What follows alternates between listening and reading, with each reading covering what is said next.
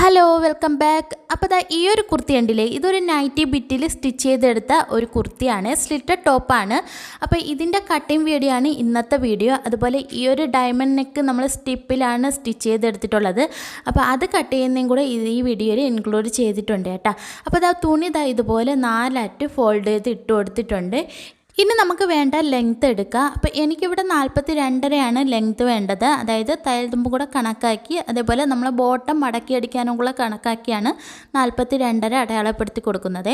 ഇതുപോലെ 2 സൈഡിലും അടയാളപ്പെടുത്തി കൊടുത്തിട്ടുണ്ട്. എന്നിട്ട് നമ്മൾ മടക്കി അടിക്കാൻ 1 ഇഞ്ച് ഒരോട്ടൊന്ന് മാർക്ക് ചെയ്ത് കൊടുത്തതിന് ശേഷം സ്ട്രെയിറ്റ് ഒരു ലൈൻ വരച്ച് കൊടുക്കുക. ഇതിപ്പോൾ ഞാൻ സ്റ്റിച്ച് ചെയ്യുന്നത് 38 ചെസ്റ്റ് അളവുള്ള ഒരു കുർത്തിയാണ്. ഇനി ഇതൊന്ന് വെട്ടിയെടുക്കാവേ. ഇനി എനിക്ക് ഷോൾഡർ കൊടുക്കുന്നത് 6 ഇഞ്ചാണ് ഷോൾഡർ കൊടുക്കുന്നത്. 2.5 ഇഞ്ച് കഴുത്തിൻ്റെ വിഡ്ത്ത് കൊടുക്കുന്നുണ്ട്. നിങ്ങൾക്ക് വൈഡായിട്ട് ഇരിക്കണമെങ്കിൽ ഒരു 3 ഇഞ്ചൊക്കെ കൊടുക്കാം. എന്നിട്ട് ഷോൾഡറിൻ്റെ അവിടെ നിന്ന് താഴേക്ക് 6.5 ഇഞ്ച് ആം ഹോൾ കൊടുക്കുന്നുണ്ട്. അതിൽ 1/2 ഇഞ്ച് നമ്മൾ ഷോൾഡർ സ്ലോപ്പിനാണ് കൊടുത്തിട്ടുള്ളത്. ഇനി ചെസ്റ്റ് അളവാണ് കൊടുക്കാൻ പോകുന്നത്. നമുക്ക് ചെസ്റ്റ് അളവ് കൊടുക്കുന്നത് നമുക്ക് എത്രയാണോ ചെസ്റ്റ് അളവ് അതിൻ്റെ കൂടെ +4 കൂട്ടുക. എനിക്കിവിടെ 38ആണ്. അതിൻ്റെ കൂടെ 4 കൂട്ടുമ്പോൾ 42 കിട്ടും. ഈ 42ൻ്റെ 4/1 10.5 ഇഞ്ച് അടയാളപ്പെടുത്തി കൊടുത്തിട്ടുണ്ട്. പിന്നെ 1.25 ഇഞ്ച് തയ്യൽ തുമ്പും കൂടെ ഇട്ട് കൊടുക്കുന്നുണ്ട്. അപ്പോൾ നിങ്ങൾക്ക് 1.25 1.5 ഒക്കെ തയ്യൽ തുമ്പ് ഇട്ട് കൊടുക്കാം. അപ്പോൾ ആദ്യമായിട്ടൊക്കെ തയ്ക്കണവരൊക്കെ ഒരു 1.5 തയ്യൽ തുമ്പ് ഇട്ട് കൊടുക്കുക കേട്ടോ. പിന്നെ ഈ ആം ഹോൾ നമ്മൾ ഇതേപോലെ സ്ട്രെയിറ്റ് ആയിട്ട് വളഞ്ഞൊന്നും പോവാതെ വരയ്ക്കണേ.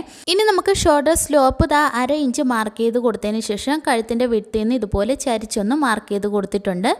ആം ഹോൾ നമ്മൾ 6ആണ് എടുത്തിട്ടുള്ളത്. അതിൻ്റെ പകുതി മാർക്ക് ചെയ്ത് കൊടുത്തിട്ടുണ്ട്.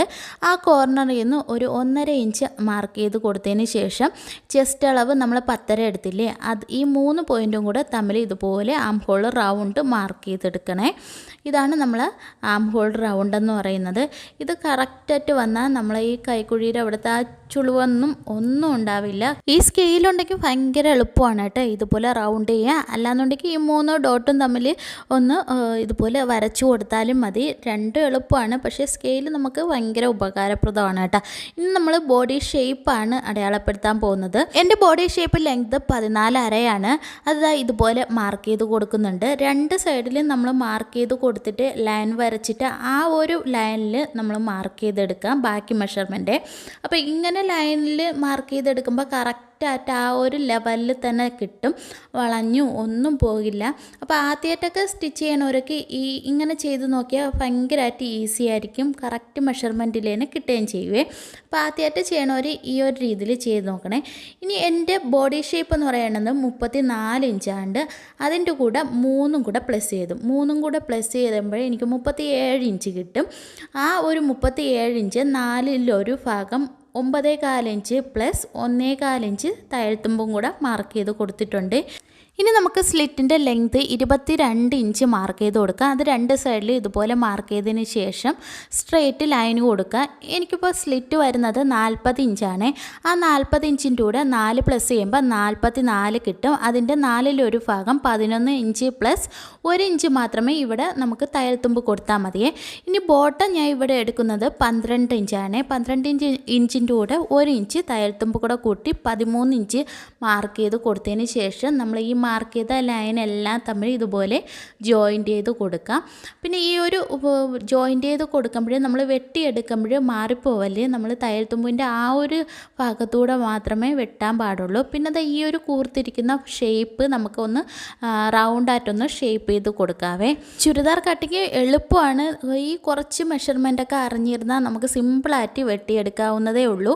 ഈ ഒരു ബോട്ടം ഭാഗവും കൂടെ സ്ട്രെയിറ്റ് ആയിട്ട് ഇതുപോലെ വരച്ചു കൊടുക്കുക. അപ്പോൾ സ്കെയിലോ ഇതുപോലെ ടേപ്പോ ഉപയോഗിച്ച് സ്ട്രെയിറ്റ് ആയിട്ട് വരച്ചു കൊടുത്താൽ മതി.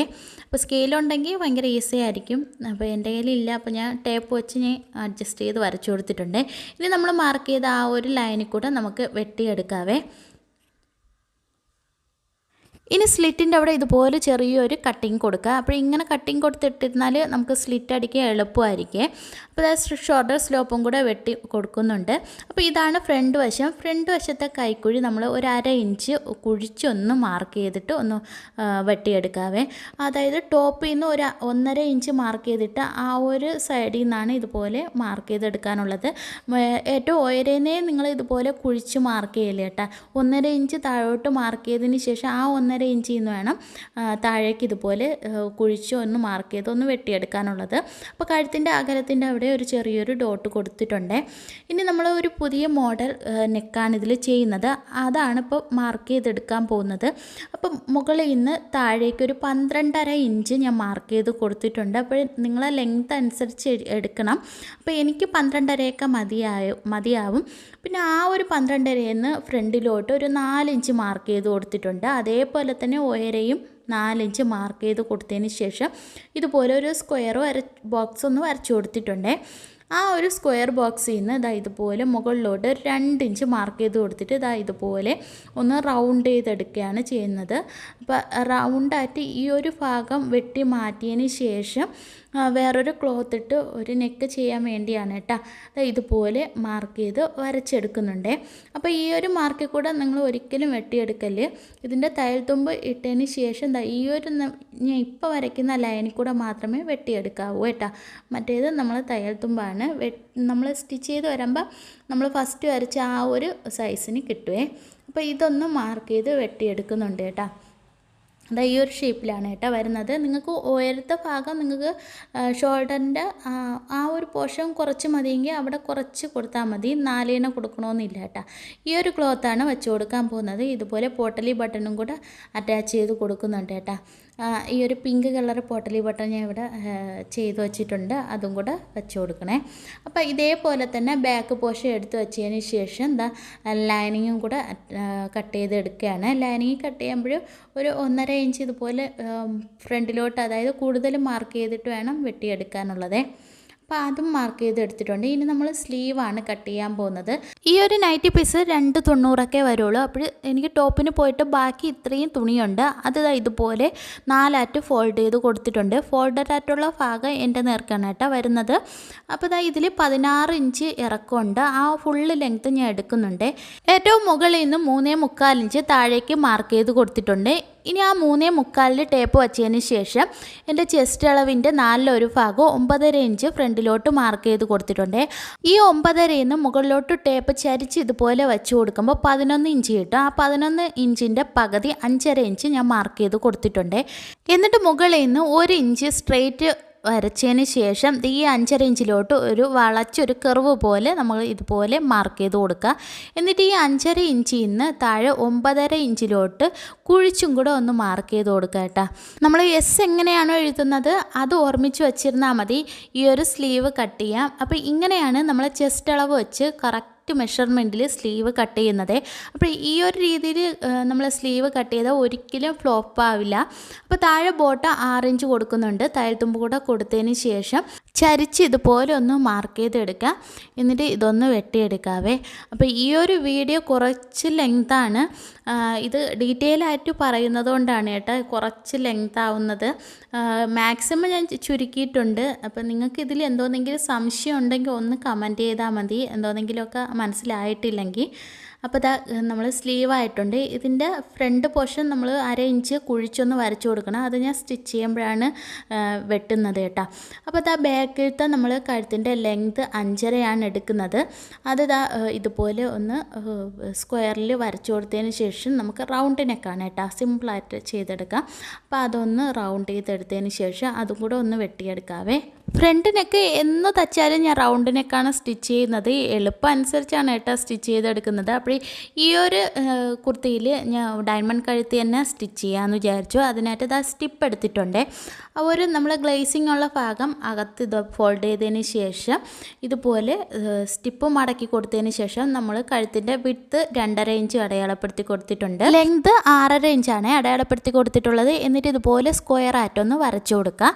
എന്നിട്ട് താഴെ നിന്ന് നമ്മൾ ഒരു 2 ഇഞ്ച് മുകളിലോട്ട് മാർക്ക് ചെയ്ത് കൊടുക്കുക കേട്ടോ. എന്നിട്ട് ഈ 6.5 ഇഞ്ചിൽ നിന്ന് ഈ 2 ഇഞ്ചിലോട്ട് ഇതുപോലെ ഒരു കർവ് പോലെ വരച്ചു കൊടുക്കാവേ. ഈ ചോക്ക് യെല്ലോ കളർ എടുത്തത് വളരെ അബദ്ധമായി പോയെന്ന് തോന്നുന്നു കേട്ടോ. ഞാൻ പിന്നെ മാറ്റാനൊന്നും നിന്നില്ല, അതുകൊണ്ടാണ് കേട്ടോ. നിങ്ങൾക്ക് കാണാവോ എന്തോ. അപ്പോൾ ഇത് മാർക്ക് ചെയ്ത് കൊടുത്തിട്ടുണ്ട്. ഇനി നമ്മൾ ഈ 2 ഇഞ്ചിൻ്റെ നേർക്ക് വെളിയിലോട്ട് ഒരു 1/2 ഇഞ്ച് ഇതുപോലെ മാർക്ക് ചെയ്ത് കൊടുക്കുന്നുണ്ട്.